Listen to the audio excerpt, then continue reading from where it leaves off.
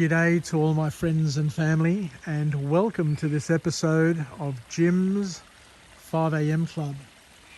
It's Wednesday evening, sundown, and I've had a late day at work today, but still I came home and had an urge to go on a bushwalk, to get out of the house, to listen to the sounds of the Australian bushland, the trickling of the water, the sounds of the birds, and just the stillness.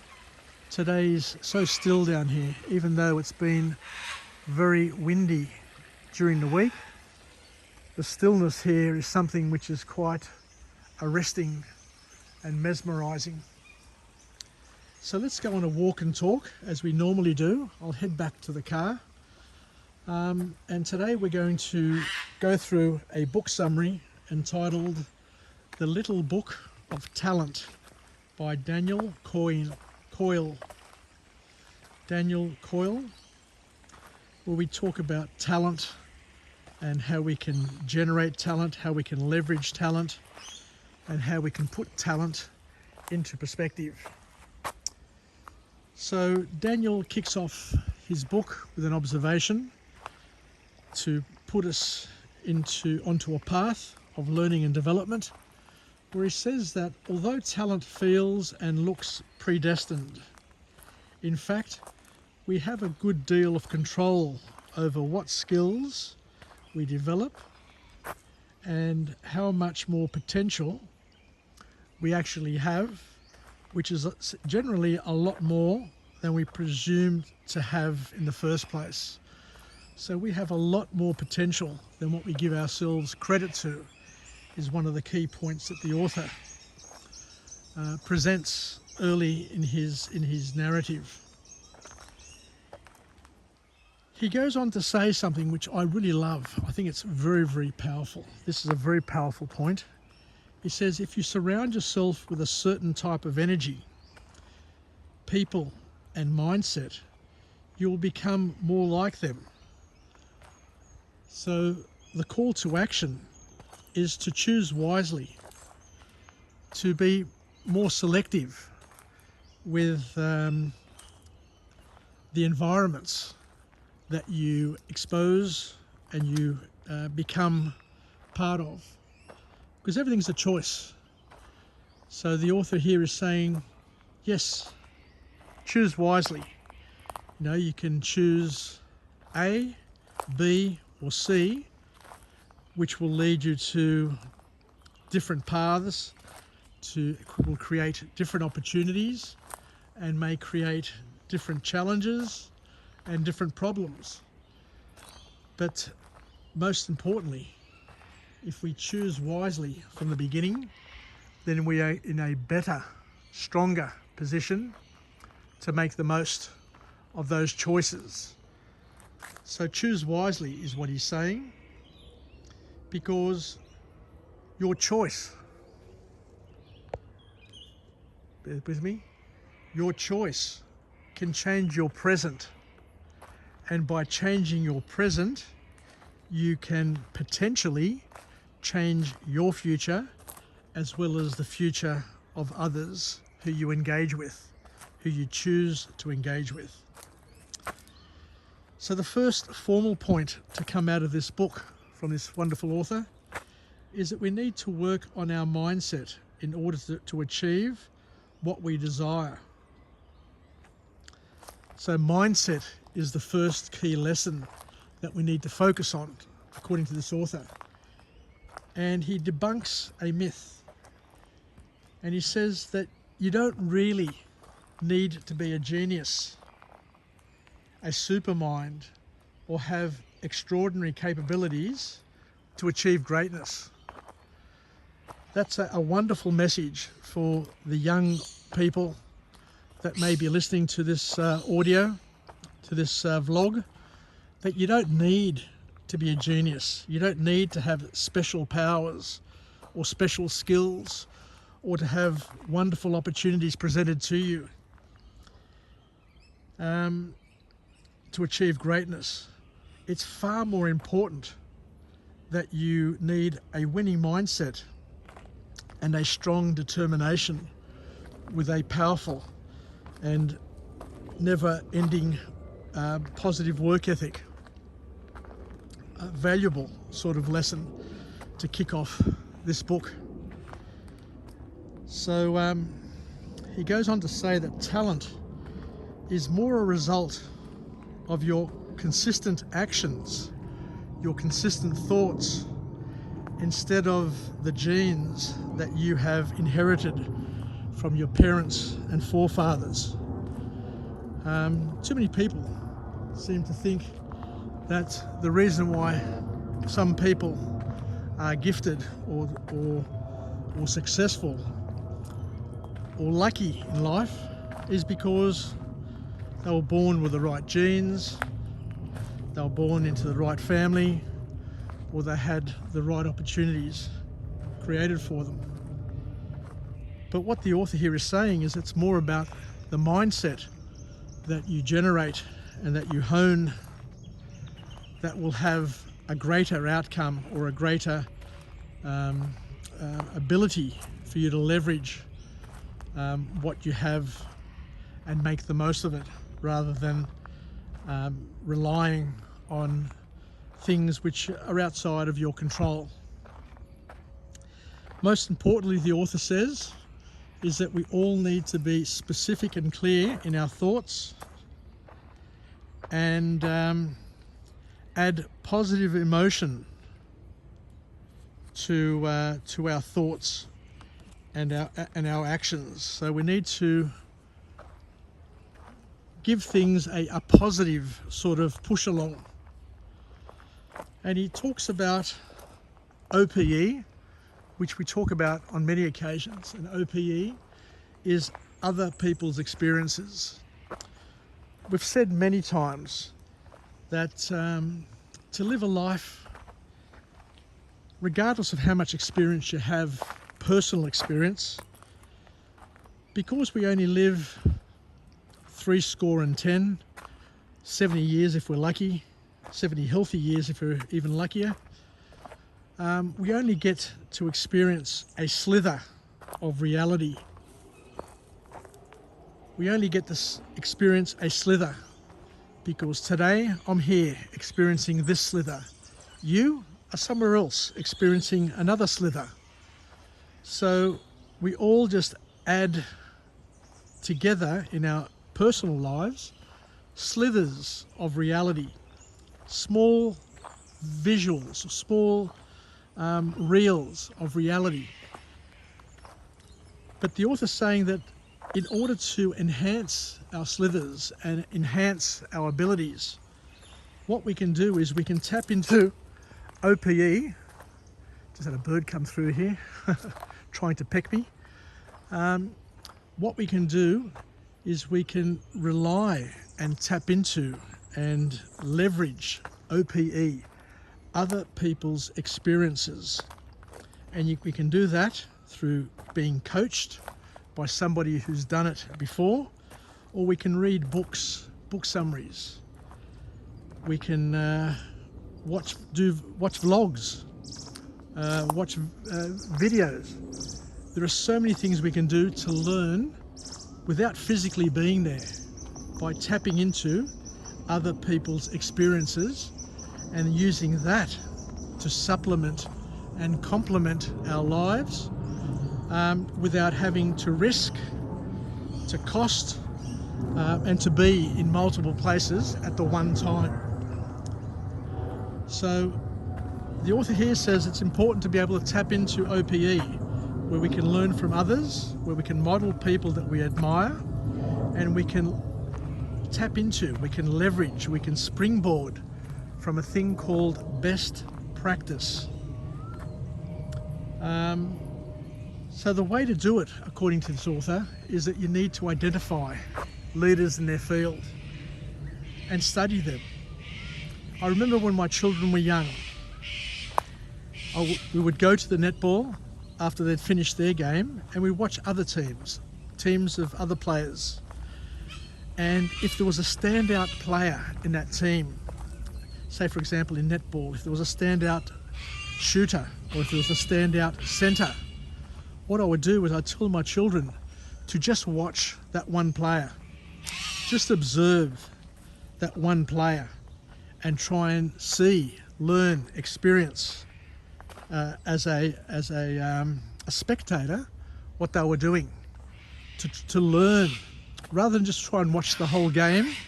Just watch the one player, where they position themselves, what they do, what they say, how they run, what they try and tap into their thinking.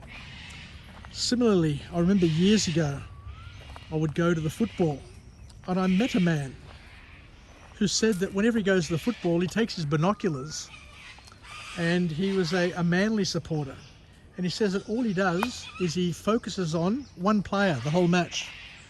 That player back then was Phil Blake, who was a very, very talented player. And he says, I just like watching the one player, just watching them set up the play, talk to the players, do their tackles, niggle the other player. He said there's so much you can learn by just observing one person who is a leader in their field, who are outstanding performers. So this author here also says that we should try and tap into and study people who are really, really good, to observe them, as he says, to observe their habits, their skills, their mannerisms, and steal from them, appropriate their excellence wherever possible.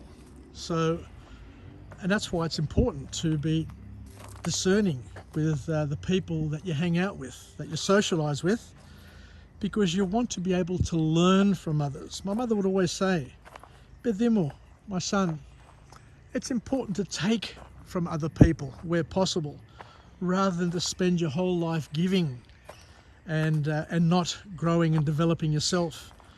Of course there's a balance, she says, to give and take, but you just can't give all of your life without wanting to grow, develop and add to your capabilities, because by adding to your capabilities you'll be able to give more to the people that you love and you care for. So the second formal point that comes out of this book is where the author says that it's important to develop skills, and hard skills and practice will help you develop your desired talents. So you need to tap into and practice hard skills, not easy skills. You've got to do the hard yards, you've got to do the hard work to develop the hard skills. And to think, and using this analogy and this metaphor, think of a house. The hard skills and facts are the foundations, and the soft skills are the finishing touches. It's important for each and every one of us to build strong foundations. We need to drill our skills. We need to develop muscle memory. We need to pressure test our skills so that they become automatic. You need to do it right. It needs to be purposeful practice. And you need to develop plenty of patterns. I did martial arts for a number of years, and I remember how important it was back in those days to do drill after drill after drill, to build skills, to build wonderful skills, so that you could call on those skills, and not only call on those skills, but also to add and combine those skills with other skills. But as we said, it came with practice. It came with doing it over and over again. And that's why a lot of people can't stick to martial arts, to karate, for example, because after a while, if you don't like drills, if you don't like doing the same thing over and over and over again, it can get a little boring for those who don't understand the big picture. And the big picture in martial arts is to build patterns in your mind that you can use automatically without thinking about them. And that's why it's important to drill them so that they become automatic. They become reflex actions, and you develop thousands of patterns in your mind that will just express themselves at the right time because they're automatic, they're reflex. You don't have to think about it. So just like a chess player's got a plan B, C, D and E and thousands of patterns in their mind in terms of chess moves that they've been able to recognize and to respond to. Similarly, each and every one of us in our jobs, in our lives, need to keep on pushing ourselves to grow, develop, and to have lots of skills and talents that we can use and that we can master. To do it without thought, to master things. And the way we master things, according to this author, is we chunk them down. We develop scalable growth. You build the foundations, you build the pieces, and those pieces are added to other pieces, and they're combined and they flow. And you have multiple responses that you can call on at any point in time. And the last formal point to come out of this book, and I've been talking for almost 16 minutes now, it's amazing, but I really do enjoy what I'm doing, is that we need to do the psychological work, because the psychological work is equally important when it comes to building talent. We need to be patient and understand that, according to this author, it takes 8 weeks, 56 days, other people say 65, other people say 75, but it takes a number of days to fully apprehend a skill or a talent, a habit, to turn it into a behavior. And the way we do it is that we need to focus on the end goal and to be cognizant that it's more important to be effective rather than efficient. First, you need to become effective at what you do. This is a big lesson that I learned in my corporate life, that the big mistake that most people make is that they're lazy in the beginning and they try and become too efficient before they become effective, which means that they never get to becoming effective, because whatever project they're involved with, whatever they try and do, because they don't put everything into it, they fail very, very early in the piece and are not able to progress. But what the author here is saying is that we need to be effective in developing our skills and our talents, and to be effective means that we need to overinvest, overdo things, so that we make sure that we are successful, we have a successful outcome. And once you have a successful outcome, then and only then, through repetition, you can look at ways of shortcutting and reducing the workload and automating aspects of it so that you can become efficient. But if you become efficient first, you'll never become effective. You need to become effective first before you then reap the rewards of efficiencies. So that's a powerful and profound lesson for each and every one of us. So we need to focus on the end goal, and not this is another important point, and to try not to focus on mistakes. Be positive and trust the process. As the Premier of New South Wales, Dominic Perrottin, says that we're going to make mistakes. We're going to make mistakes along the way. You know, we shouldn't be focusing on perfection, but more importantly, we should be focusing on progress. Making progress is much more important than getting it right, because if we're making progress, eventually we'll get it right. But if we're not making progress and trying to be perfect, then we're going to fail to get to where we need to get to. And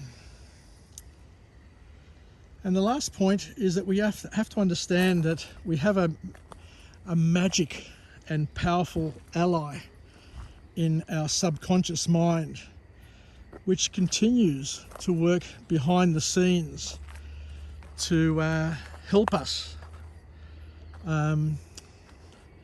manifest our thoughts, our desires, and our positive expectancy. But it's up to each and every one of us to first of all plant the seeds, do the hard work,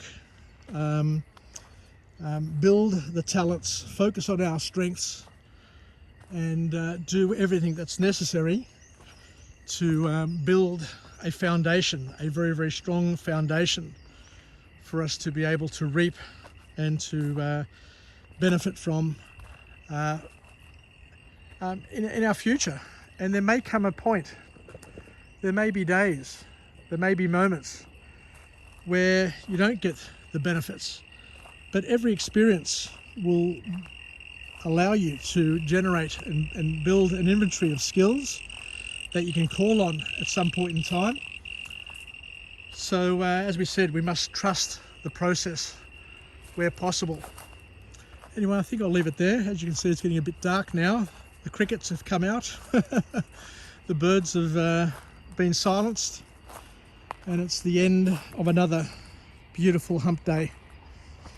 I look forward to coming to you again from a different place, different location, and a different message of empowerment, where we go through and learn from the many book summaries, the OPE, the other people's experiences, so that we can add interesting and different perspectives to our lives, to our own perspectives, and enhance the slithers of reality that we have, so we can also, as we said before, compare and contrast whether or not our slithers are similar to other people's slithers, and help our broaden and deepen our worldview so that we can become more balanced and I guess more worldly people.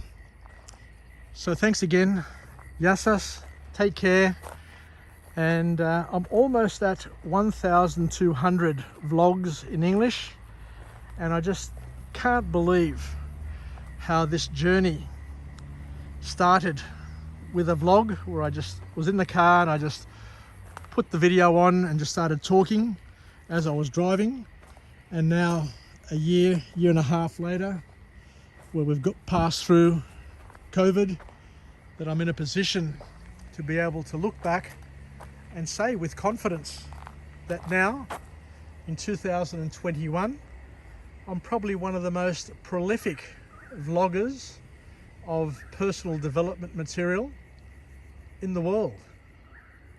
It's been a huge investment. There are days where I would sit and do 10 vlogs. You know, there are just thousands, millions of words, and just hours, days, weeks of material that I've been able to present for my own benefit, for the benefit of friends and family. It's a work of love, and to whoever is interested to tap into and to learn from the greats, because after all I am is an emissary. All I'm doing is presenting the material that other people have written and have put together, and I've just used the beauty of this country that we live in, Australia, the bushland, the ocean, wherever I travel throughout the world, I use the beauty of God's creation as the backdrop, where I can highlight and showcase the uniqueness of where I am, and at the same time overlay it with a message of empowerment, with some lessons that we can incorporate and use in our lives, so we can become so we can live, learn and pass it on, and we can become better positioned at getting through the days, getting through our lives. Because as we know, the art of learning is adding the unknown to the known. So the more you know, the more you're capable of knowing. The more you learn, the more capable of learning more you are. So the more knowledge you can accumulate. But at the end of the day, all the knowledge in the world Yes, it's good, it's powerful, but what is more important, what is much more important, is to have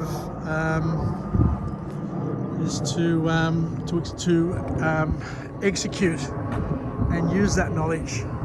So the knowledge to become applied knowledge is something that I've also learnt and I appreciate. Take care everybody, yasas, and bye for now.